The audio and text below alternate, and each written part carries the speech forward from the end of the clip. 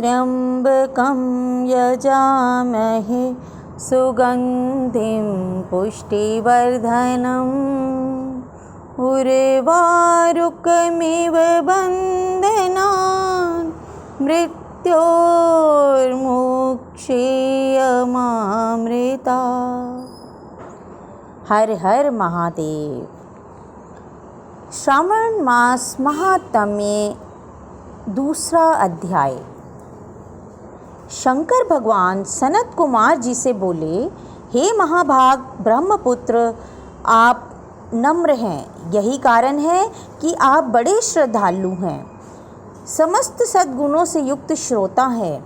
हे अनघ, आपने जो श्रावण मास के बारे में पूछा है तथा जो कुछ आपने पूछा भी नहीं है, मैं सहर्ष आपसे कहता हूँ। शत्रुता रहित प्राणी तो प्रिय होता ही है और आप वैसे ही नम्र हैं। आपके पिता ब्रह्मा बहुत उदंड थे, अतः उनका 5वां सिर कट गया। उस मत्सरता को छोड़ मेरी शरण में आए हैं। हे तात, मैं आपसे कहूँगा, आप एकाग्रचित्त होकर सुनिए।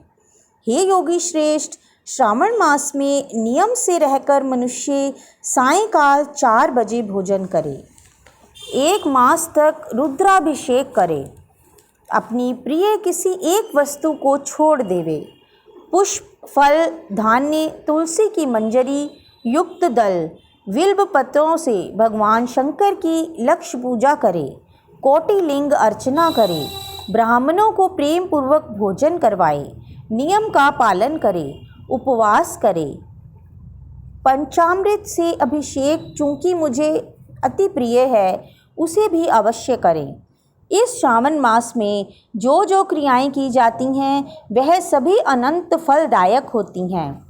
हे मुनियों में श्रेष्ठ, इस मास में भूमि पर शयन करें, ब्रह्मचर्य का पालन करें, सच बोले, कभी भी व्रत रहित न रहें, पत्तल में भोजन करें तथा व्रती साग मात्र का त्याग करें। हे मुनियों में उत्तम, भक्ति युक्त हो व्रत का पालन करें, प्रातःकाल स्नान ध्यान करें, इंद्रिय निग्रह करें अर्थात अपनी इंद्रियों को वश में रखें, एकाग्र मन से प्रतिदिन मेरी पूजा करें। इस मास में मंत्रों का पुरुष चरण भी उत्तम सिद्धि प्रदान करने वाला होता है। षड अक्षर शिव मंत्र और गायत्री मंत्र का जप करना चाहिए। प्रदक्षिणा, नमस्कार तथा वेदों का पाठ करने से शीघ्र ही मनोवांछित फल की प्राप्ति होती है। पुरुष सूक्त जाप तो और भी अधिक फलदायक होता है। ग्रह यज्ञ, कोटि होम, लक्ष्य होम तथा अयुत होम करने पर फल मिलता है और वांछित फल प्रदान करने वाला होता है। जो व्यक्ति इस मास में एक दिन भी व्रत से रहित व्यतीत करता है वह महाप्रलय तक घोर नरक में निवास करता है। यह मास मुझे सर्वाधिक प्रिय है। यह मास फलदायक है तथा निष्काम भाव से किए गए कर्म के फल स्वरूप मोक्ष प्रदान करने वाला है। हे सतम, इस मास में करने योग्य जो धर्म कहे गए हैं उनको मुझसे सुनो। रविवार को सूर्य व्रत करें, सोमवार को मेरी पूजा कर भक्त भोजन करें। श्रावण मास के प्रथम सोमवार से प्रारंभ करके 3.5 मास तक होने वाला संपूर्ण कामना की अर्थ सिद्धि प्रदान रोटक नामक व्रत होता है। मंगलवार के दिन मंगला गौरी नामक व्रत होता है। बुधवार को बुध का व्रत, बृहस्पतिवार को बृहस्पति का व्रत और शुक्रवार को जीवंतिका देवी व्रत किया जाता है। शनिवार को हनुमान तथा नृसिंह का व्रत किया गया है। हे मुनिश्रेष्ठ, अब मैं तिथियों में होने वाले व्रतों का वर्णन करता हूँ, आप ध्यान पूर्वक सुने। श्रावण मास के शुक्ल पक्ष की द्वितीया को औदुंबर नाम का व्रत होता है। इसी मास की शुक्ल पक्ष तृतीया को गौरी नामक व्रत किया जाता है तथा श्रावण शुक्ला चतुर्थी को ध्रुवा गणपति नामक व्रत होता है। इसी को हे मुने विनायक चतुर्थी व्रत अथवा गणेश चौथ व्रत के नाम से भी जाना जाता है। श्रावण शुक्ला पंचमी नाग पूजन के लिए उत्तम मानी गई है। हे मुनि कुलपति, इसका दूसरा नाम मानव कल्पादि है, ऐसा जान लो। षष्ठी के दिन सुपोदन नामक व्रत और सप्तमी को शीतला देवी का व्रत होता है। अष्टमी और चतुर्दशी तिथि में देवी का पवित्रारोपण करें। श्रावण मास की कृष्ण तथा शुक्ल पक्ष की नवमी को नक्त व्रत का विधान कहा गया है। शुक्ल पक्ष दशमी को आशा नामक व्रत किया जाता है। कोई कोई मनुष्य इस मास की दोनों पक्ष की एकादशियों का आशा व्रत का होना स्वीकार करते हैं। श्रावण शुक्ल पक्ष की द्वादशी को भगवान हरि का पवित्रारोपण करना कहा गया है। अतः द्वादशी को भगवान हरि का श्रीधर नाम से अर्चन उत्तम गति को प्राप्त कराता है।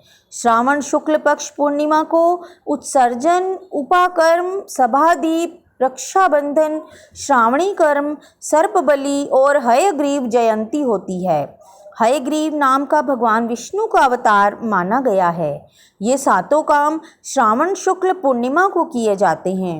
श्रावण मास की कृष्ण चतुर्थी को संकट चतुर्थी व्रत तथा श्रावण मास की कृष्ण पंचमी को मानव कल्पादि किया जाता है।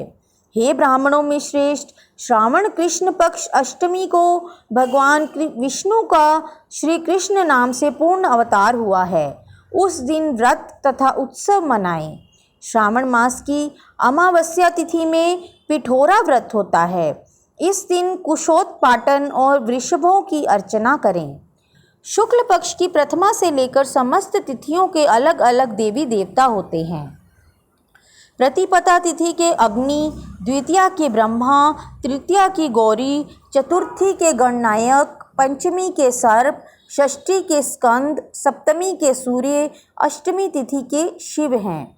नवमी की देवी दुर्गा, दशमी के यम और एकादशी के विश्वदेव स्वामी हैं। द्वादशी के भगवान हरि, त्रयोदशी के कामदेव, चतुर्दशी के शिव और पूर्णिमा के चंद्रमा स्वामी हैं। अमावस्या के स्वामी पितर हैं। इस क्रम से ये देवी देवता तिथियों के स्वामी कहे गए हैं। जिन देव की जो तिथि है उस तिथि को उस देवता की अर्चना करनी चाहिए, ऐसा कहा जाता है। हे मुनि श्रेष्ठ, इसी में प्रायः अगस्त्य का उदय होता है। मैं उस समय का वर्णन करता हूँ, आप एकाग्रचित्त होकर सुनिए। सिंह राशि पर सूर्य के संक्रमण दिन से 12 अंश 40 घटी बीत जाने पर अगस्त्य ऋषि का उदय होता है। अगस्त्य ऋषि के लिए 7 दिन पूर्व ही से अर्घ्य दें। 12 मास में सूर्य नारायण अलग अलग नाम से तपते रहते हैं। श्रावण मास में गभस्ती नाम से तपते हैं। सूर्य भगवान का पूजन इस मास में भक्ति से तत्पर होकर करना चाहिए। श्रावण मास में साग का त्याग, भाद्रपद में दही, आश्विन में दूध और कार्तिक मास में दाल का प्रयोग करें। यह संपूर्ण विधान करने में यदि समर्थ ना हो तो श्रावण मास में इन वस्तुओं का त्याग करने से सभी मनोवांछित फलों की प्राप्ति होती है। हे मान्य सज्जन ब्राह्मण, यह आपसे मैंने अति संक्षेप में उपदेश किया है। हे मुनि श्रेष्ठ, इस श्रावण मास में होने वाले व्रत और धर्मों का सविस्तार रूप से वर्णन कोई 100 वर्षों में भी करने में समर्थ नहीं है। भक्त मेरे प्रीत्यर्थ अथवा भगवान हरि के प्रीत्यर्थ संपूर्ण व्रतों का पालन करें। परमार्थ रूप से विचार करने पर आप मुझ में तथा हरि में कुछ भी भेद नहीं पाएंगे। मुझ में और हरि में कोई भेद नहीं है, ऐसा जानना चाहिए। जो प्राणी इसमें भेद की कल्पना करते हैं वे नरक के भागी होते हैं। हे सनत कुमार, इसीलिए आप श्रावण मास में धर्म पालन करें। बोलिए शिव शंकर भोलेनाथ की और माता पार्वती की जय हो। इसी तरह श्रावण मास महात्म्य के दूसरे अध्याय का समापन हुआ। धन्यवाद।